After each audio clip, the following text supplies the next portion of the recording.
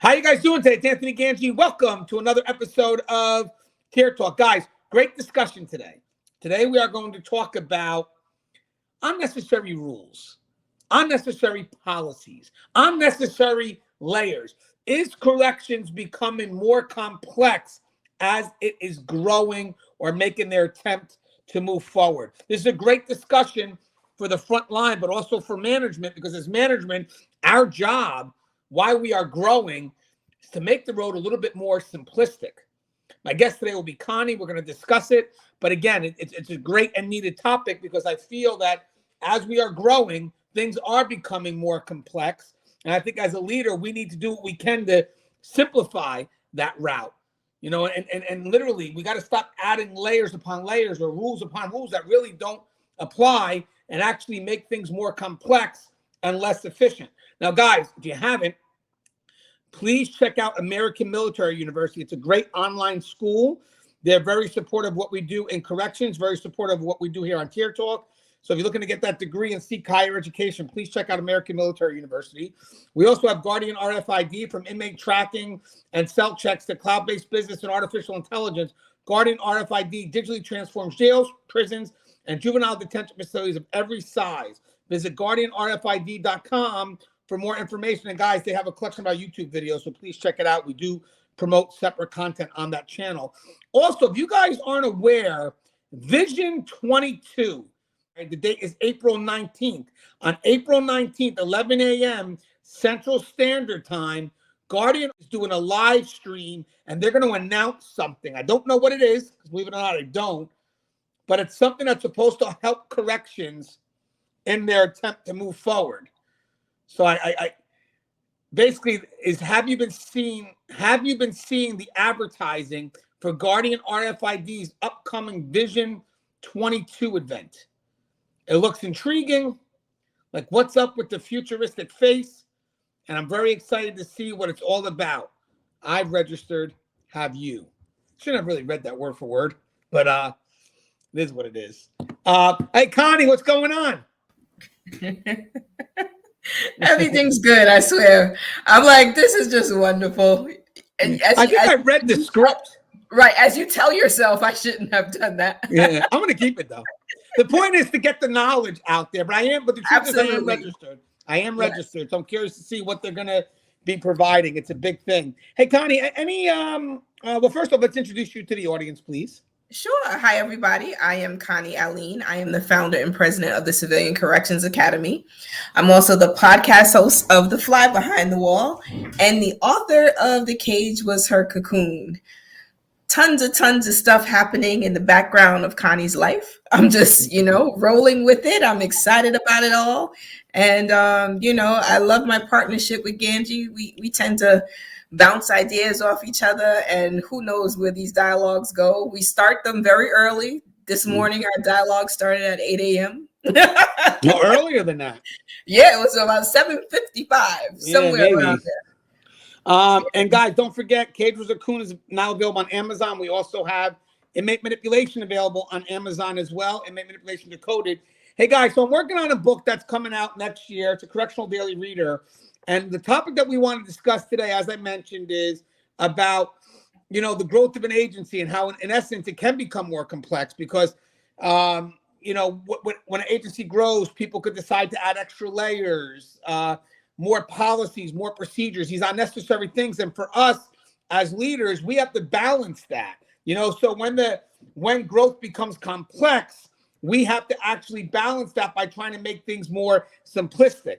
I want to read something your way because this makes sense. This will be the center of our dialogue today, but this really hit home with me, which made me actually make this part of the daily reader. So what I'm first going to read is what my thoughts are, but then there's the quote at the end that to me was extremely powerful, that motivated me to write what I wrote. So what I wrote first is, in corrections, great leaders understand that in order to be more efficient, they must be more simplistic. Therefore, even as the criminal justice system evolves and grows, great leaders look to avoid complexity by always striving for simplicity. Be mindful, great leaders understand that simplicity does not arise from complexity. And what do I mean by complexity? Complexity, unnecessary rules, added layers, extra meetings, micromanaging supervisors, etc. Simplicity grows from within an organization's ability to streamline and empower. Therefore, great leaders understand there will always be a battle to balance simplicity into the growth of the agency. As complexity begins to surface, great leaders will make all efforts to streamline processes by removing unnecessary rules like policies and procedures that just don't need to be there, unnecessary layers, and empowering their front line.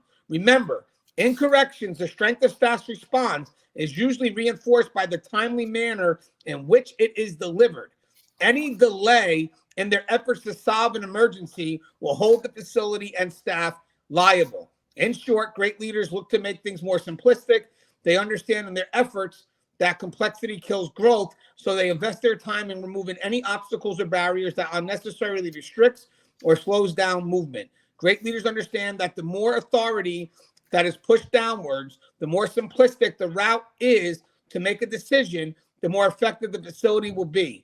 Great leaders are constantly asking themselves, is this needed? And if so, why is it needed? Therefore, it should be understood that the route to simplicity truly is developed on the back end of streamlining and empowerment. Without the two, the facility's growth will be countered by complex obstacles that force the facility into a micromanaging culture that will in turn destroy the facility's progress from within. Now, that's my part, but here's the quote from the bottom that I'm putting from a book by Jason Fried. This quote hit home and motivated what I just read. Policies are organizational scar tissue. They are codified overreactions to situations that are unlikely to happen again. They are collective punishment for the misdeeds of an individual. This is how bureaucracies are born. No one sets out to create a bureaucracy.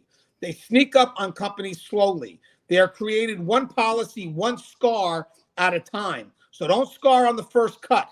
Don't create a policy because one person did something wrong once. Policies are only meant for situations that come up over and over again. Okay, Connie, a lot of stuff there to digest. I mean, what are the stuff that's kind of, hitting the forefront with you?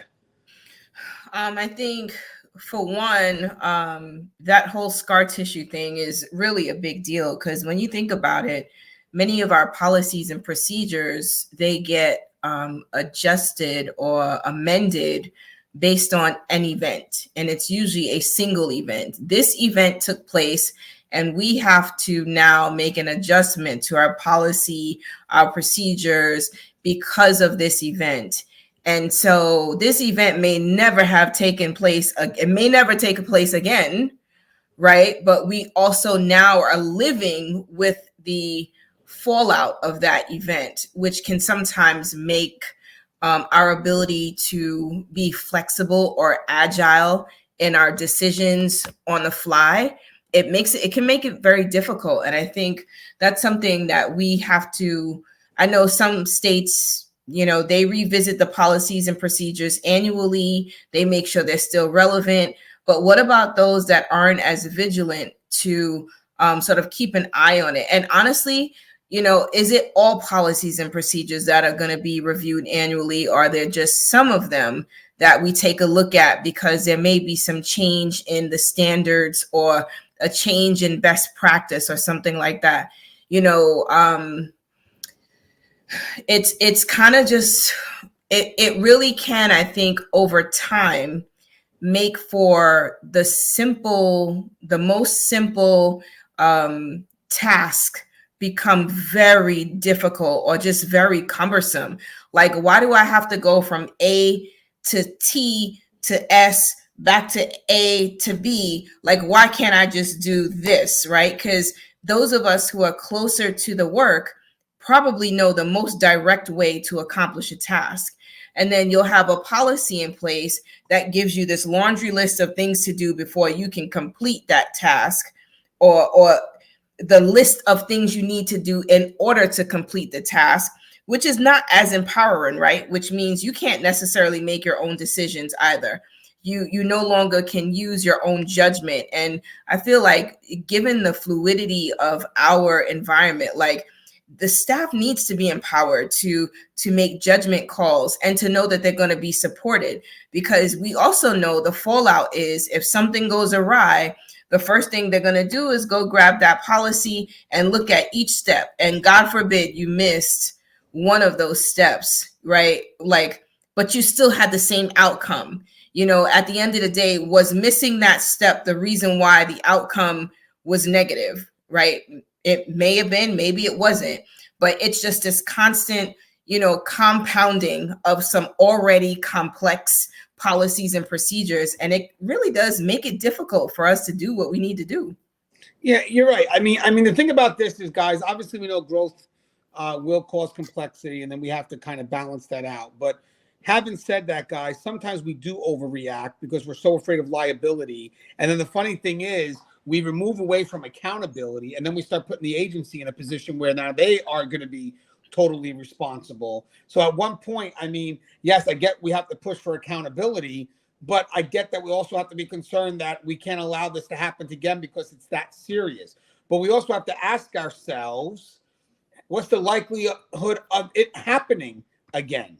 You know, because now we may wind up shifting policies and procedures, and then that could affect people that are doing their job the right way. So technically, in our effort to fix something, we actually may be killing morale or lessening people that were already empowered, because now we added all these extra layers that wasn't really required for them. So for me, sometimes the push away from personal accountability is what leads to these generalized policies or fail safes that wind up like, is this really needed? Like, why am I in the middle of this? You know, I know just scenarios where, let's say I have an example. Let's say I have a program that needs to come in and needs to filter these inmates to make sure they're eligible to take these types of programs. So let's say they call me, and then I wind up saying, okay, let me see what we got going on. Let me call the lieutenant and see which inmates are the best. Then a lieutenant tells me, oh, these inmates are great. These inmates can come. Please talk to the program provider and tell them we're good. It's like, well, wait a second, why am I even in this? I mean, not to be that, but why am I in the middle of this? Wouldn't it be the best bet for me as the managers to say, hey, you know what? Let me go ahead and forward you over to our lieutenant, have you guys share in the dialogue. And as I said, whatever works, just let me know on the back end. But there's no need for me to be in the middle because the communication is really between them two. But most likely what probably happened was someone made an error. Maybe the wrong inmate that shouldn't have been at a program was. So now, as a fail-safe, everything has to filter through this person in the middle. But that person in the middle, they may have that position, I get it, where they have that level of responsibility, but they may not be the most knowledgeable. So all we're doing is putting them in this position as a final review. I get it. But to be honest with you guys, the players involved is really, in this scenario, this person from the programming and the supervisor, the lieutenant, who's the one that's going to filter for any safety and security concerns. So the question is that middle part needed? No. Well, why was it created? Was it created because of this? Right, but did we need it here? No, it happened at another facility. Okay, so why are we doing it here if it always worked this way? I mean, what's your thoughts on that, Connie? Yeah, I mean, I think the added layers are, you know, I guess when we think liability, you know, the added layers kind of make sure the right eyes or the right level of authority is involved in a particular decision. So I can get with that, right? But I also feel like as we're thinking about the rules being in place in order to kind of help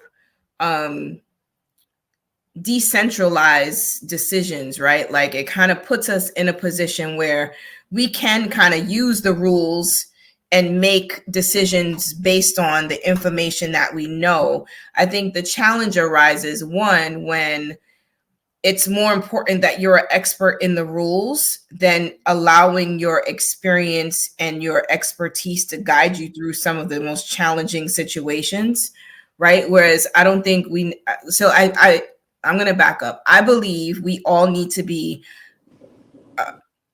quite familiar with the rules and regulations that govern our departments and our operation, right?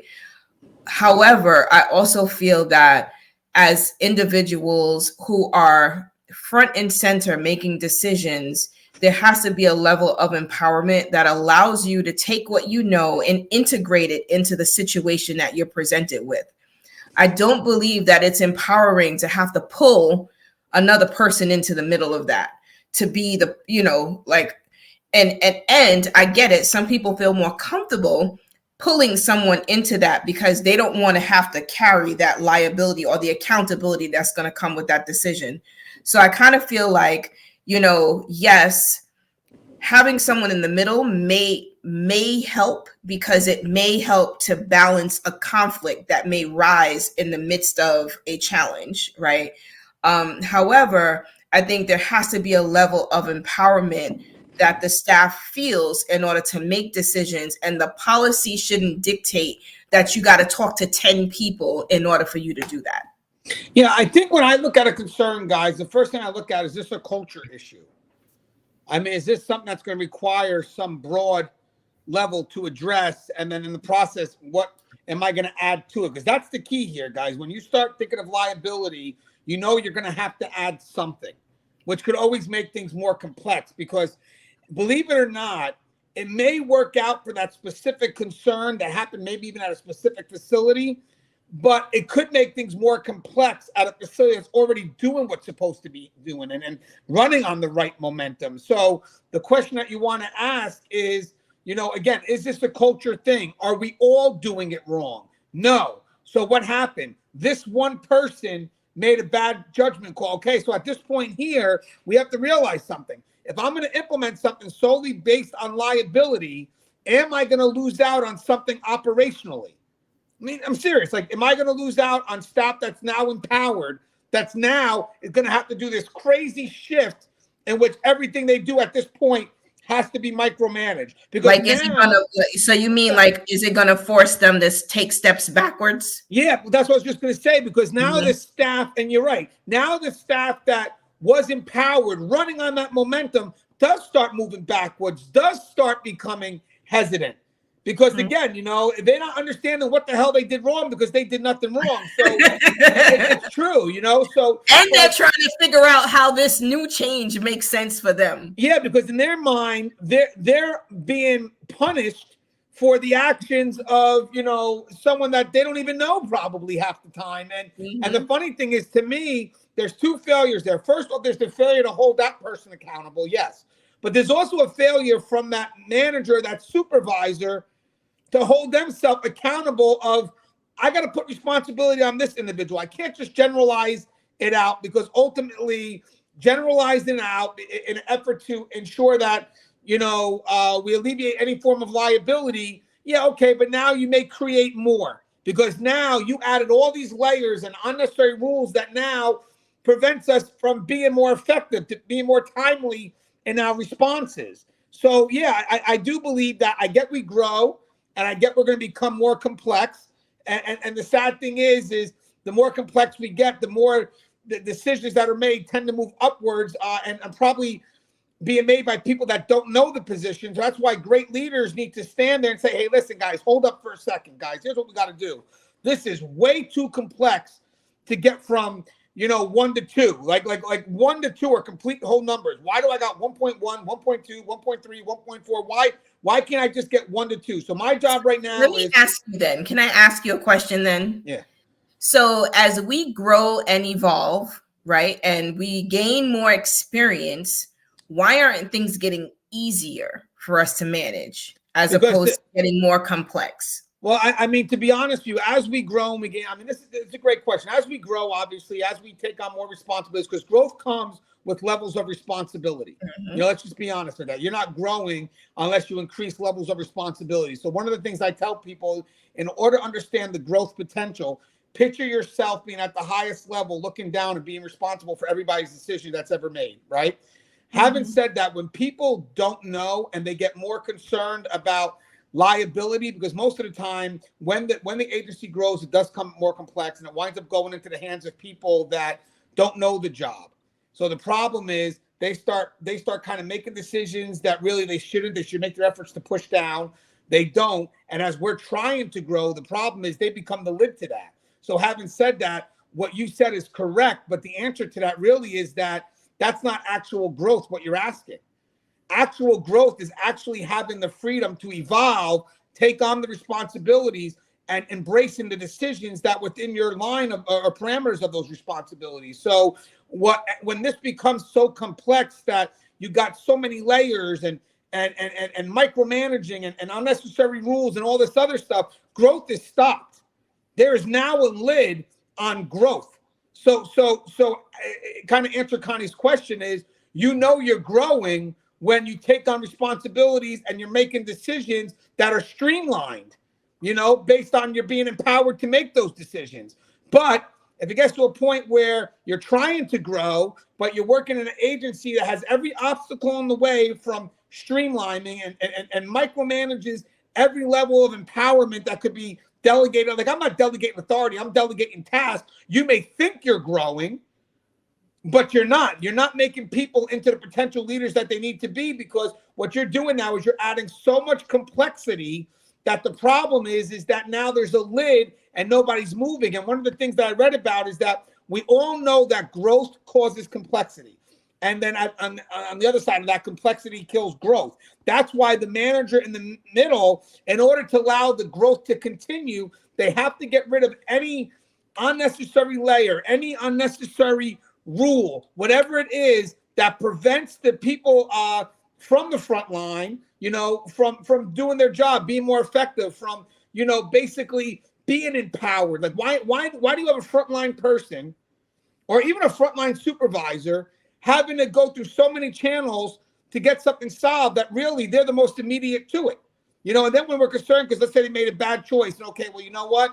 Now we got to add layers. Yeah, but your layers are going to come from people that are so above that they're not there. Then by the time they make a decision, it gets through 5 other people before they know, and they're waiting in the wind with twiddling their thumbs, when technically it's like, hey guys, I got to move forward. This isn't working. So again, I think the idea for a leadership, a good leader, is to streamline and make things more simplistic as you grow. So anytime there's anything that counters simplicity, that when it counters simplicity, all that is going to create obstacles for your front line to move forward. So a good leader's got to do their job and say, hey guys, too many obstacles here. So what that also says in that space. Did I answer your question, no or no? So I think you did, yeah. But I think what that also says in that space is a good leader knows when we should or shouldn't make the decision to make an amendment to a policy or procedure, right? Like, because that person has a much broader view of what's happening in the house, not necessarily in a particular unit, right? So when you see what's happening from a broad lens, right, you can now take this information and say, you know what, this doesn't make sense for us to make a policy change, right? Because this is going to cause a ripple effect in this area, this area, this area, this area. And I feel that sometimes there is that perception that when these changes come from up top, that whoever made that sort of, it's a feeling that there was a knee-jerk response and that there wasn't a strategic thought about what are the implications throughout the system? What would be the ripple effect of making this change or this amendment to our policy or procedure? Is it going to cause a bottleneck in our system somewhere? If so, did we consider the impact of that bottleneck? And I feel like that's where this conversation kind of evolves for us, right? Like, okay, yes, we get, sometimes we have to make changes and something happens and that drives us to take a look at the policy, right? Is this directive written the right way? Are the words, because, when you think about how many interpretations, right? People interpret policies and procedures differently all the time, right? What is our party line as it pertains to this particular policy? Now, here's this event that happened that is now triggering a response from the institution or from administration, right? Does it make sense for us? Are we considering this was a one-off situation, or do we just blanketly just make the change because we just want to make sure we mitigate the liability because this has happened once? I mean, I think about that. When we were talking earlier, you talked about something like Oklahoma and, you can't go whale hunting naked or something like this, right? Like how many people are out there whale hunting naked? So here's this policy that probably is in some sort of somebody's town. Somebody did it. Somebody actually was playing poker naked. Oh yeah. So here is in someone's town statute, right? That you can't play poker naked. I mean, there is strip poker. So I mean, maybe. Well, like it was that going to a casino, and the other one was you can't in Oklahoma. Obviously, there's no oceans. You can't hunt whales or something like that. So at one point, you're right. These ridiculous rules come into play or unnecessary rules because someone at one point, did it, and they're like, wow, you know what? We can't hold them responsible, but now we have to make a rule now to. Right. Sure. And so while those are like the outliers, I'm just saying, because that's just given like a far left, sort of example. But like, are there things that we didn't need to add on a level of complexity to? Right. And if we do we have a process in place where we revisit it to make sure it's still a viable addition? Is it still relevant for us?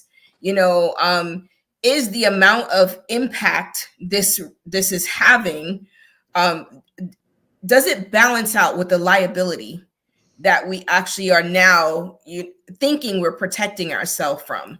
And so I think it would be good to know, like, we are being very thoughtful and strategic about what layers of complexity we add when, over this time and all these years of experience, we should be evolving and making things not as complex as it is.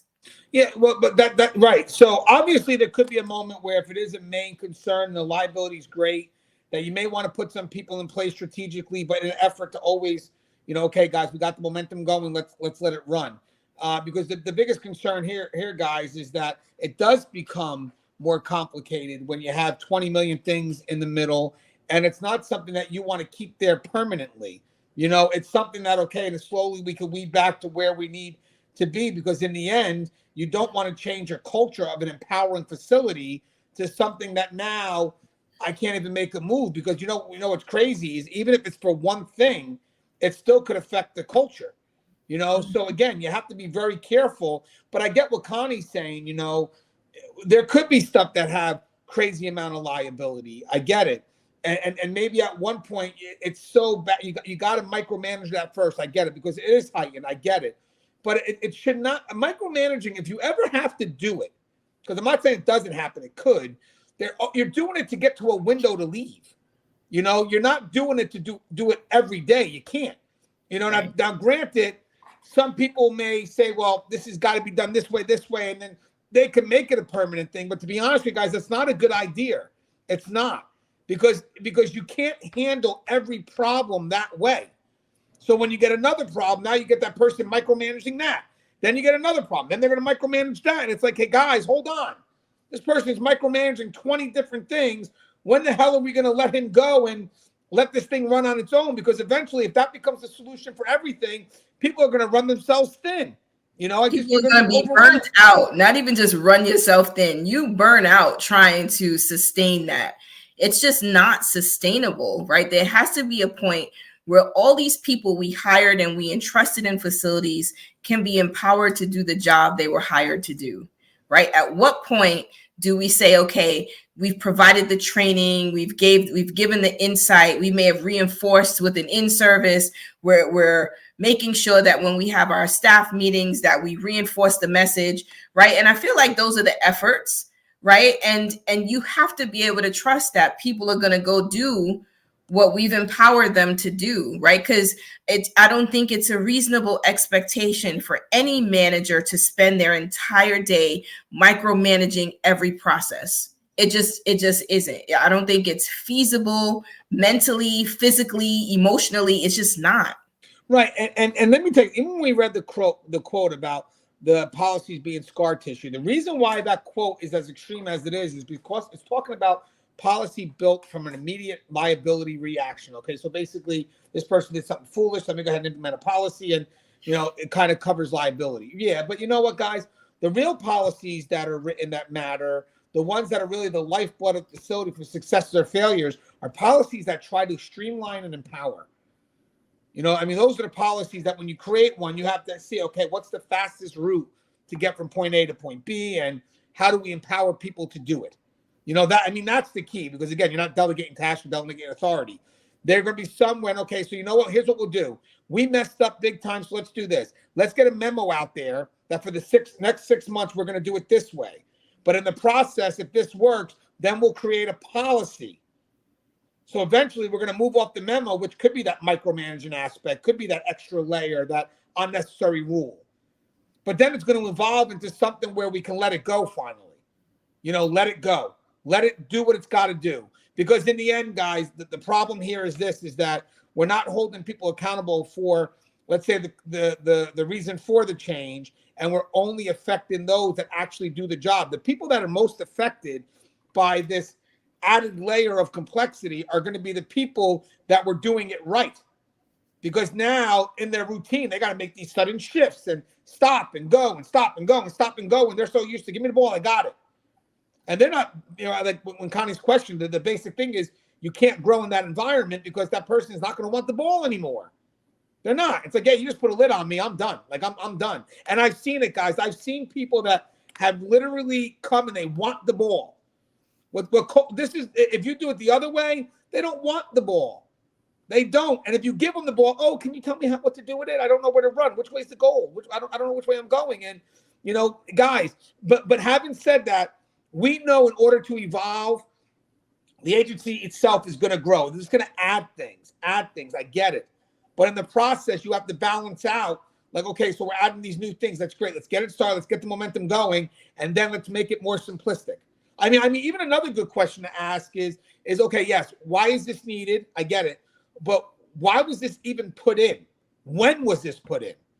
Because it seems to me, as I've been watching it, this pretty much kind of runs on its own. Why am I here for this? Why do I need this? Like, I don't know why and I always find this kind of, and I guess we can kind of write down, is I always figure out this. If you have something in the middle that's unnecessary. Now, unnecessary could be subjective, but picture out what I'm saying. If you have something in the middle that to me is a ping pong, to me, I'm sorry. If you want to streamline something, you don't streamline something through the middle and ping pong the middle back and forth. You streamline from A to B.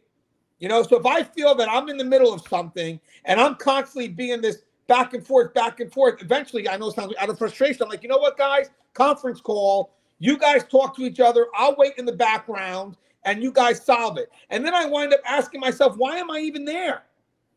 Why am I spending like half my day, relaying message between two different, when they're the ones that are in the best position? Oh, well, Gangi, back in the day, this department had an issue with this department. So now you at the highest those people level, even still here? Huh? Yeah, I mean, that's a great question because that was 30 years ago. Not only are they not here, I went to their funeral yesterday. Yes, I went one step over. But Connie, but you're right. You're in the middle, and then so for me, it becomes unnecessary if I feel that I'm a ping pong. Does that make sense? I mean, Connie, what's your thoughts on that? No, when does it feel unnecessary to have that layer? When does it feel unnecessary to have that rule? So I believe that when you are in that ping pong situation, like, you're in it when there isn't a direct line for you to get from point A to point B to solve the problem, right? It may have to be point A, B, C to get to D. Okay, fine. But if that means that I got to jump over this hoop and jump over that hoop just to get from point A to point B, the ping pong, in my opinion, is where the organization has to step in and remove that barrier to actually getting to the final result, actually achieving the mission. And I feel all too often, the staff are kind of jumping through all these hoops to try to make things happen. They're in the midst of the ping pong, right? They're doing all the stuff, which is exhausting and it's disheartening and it's not empowering and it's not getting to the end result. And many times, they're not feeling competent. And it's not a matter of competence. It's just a matter of there are all these unnecessary barriers in order for you to achieve the mission. And as an institution, we haven't stepped in and removed them. So like when you do have a person who knows, let me get out the way. Let me get out the way so they can do what they got to do. right? Like, I feel like that's when you know that you've got your finger on the pulse of what's going on in the facility or what's going on with your staff, where you can identify this is going to be a challenge for them to getting this complete. Even sometimes in the instructions, right? Like, say there's a new directive and you're like, oh, we got to get this done. And they're like, oh, well, we got to do this, we got to do that. Even in the instruction, if you can say, hey, I know that when we get from point A to point B, we're going to have to cross this river. Let me see if I can put some wooden planks down to help you guys get across, right? Because like, I feel like that also helps, one, your team know that you understand the process, you understand the impact of this added layer of challenge of them trying to get from point A to point B. And I feel like it's just a very different dynamic when we acknowledge that there is some sort of barrier, some sort of ping pong, whatever you want to call it, in between the staff doing something and doing it successfully. Yeah, and guys, that's where, as I said, that's where complexity must be made simplistic. And even if you feel that there is a level of liability, we still have to make an effort to see if there's something we can do to eliminate layers and try to see if we can go ahead and be a little bit more smooth. And again, I get it. There's a culture concern versus an individual concern. I get it. The culture concern may involve a higher level of involvement. I get it. I get it. But it still should be an effort to, okay, we got to this point. Okay, let's start going back to here, going back to here, going back to here, and then eventually letting it go, because you can't have a culture like that forever. You can't. All it does is, again, it's going to overwhelm the people that, one, are the ones that have to micromanage this, but it's going to take away the empowerment from the people that are getting the job done. So it's going to have an adverse effect after a bit. It will. I mean, okay, everything's running smooth, fine, but it's never going to run on its own. And now it's something that you have to literally, constantly maintain every day, every day, and no effort to say, hey, let me just see if this is going to kind of run on its own now. Let's give it a shot. Let's get it going, and then, letting it go. Again, if we don't get back to that simplistic route in the effort to, lessen the liability, the problem is you're going to destroy morale and just the ability for the facility to kind of run on its own momentum. So again, as we grow, we do come more complex, but a manager now has to balance that complexity, because here's a funny thing, and this may be a better way of answering what Connie asked before, is growth does equal complexity, but then complexity kills growth. And that's why I told Connie that there is none of that. If it's complex, you can't be expected to grow, because at that point, there's just too much there stopping you. It's a lid. So again, growth is complex, but then if you allow it, complexity will kill growth. And what I mean by that is it kills the people that need to grow, because they need to be empowered. Connie, anything you'd like to say in closing? In closing, I just have to say, when we make the path to success difficult, and I know that may not be our intention, right? Like, we've got to meet whatever the standards are. And sometimes we have external powers or external forces kind of pushing for some of these changes that we may not feel are necessary. We just got to try to make it happen.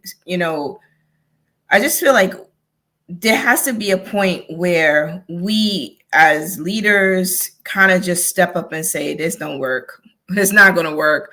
Or here's the impact, right? And I don't want to be so facetious as to assume that we're not already taking those things into account. But we have to understand the impact that the layers upon layers of policy and procedure has on daily operation, right? What is that impact on the front line? How much more difficult are we making it for them to do their jobs in an environment that's already challenging? So if there are opportunities for us to streamline processes, to remove some of the complexities from the process, like, I feel like we just need to take advantage of those. And if we don't already have systems in place where we go through and we reevaluate and we look at the viability of some of the changes that we, executed on, right? Like, we need to put something in place. That way we're kind of always checking ourselves, making sure that, are we expending the appropriate resources in the right places, or is there some sort of duplicative effort? Is there some undue burden that we ourselves are imposing on the staff?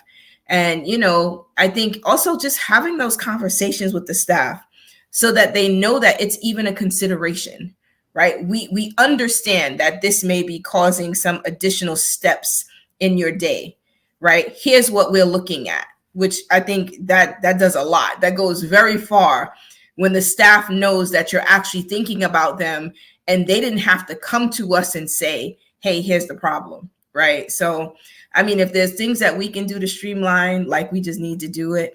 And sometimes there are some really tough conversations that have to happen way up top.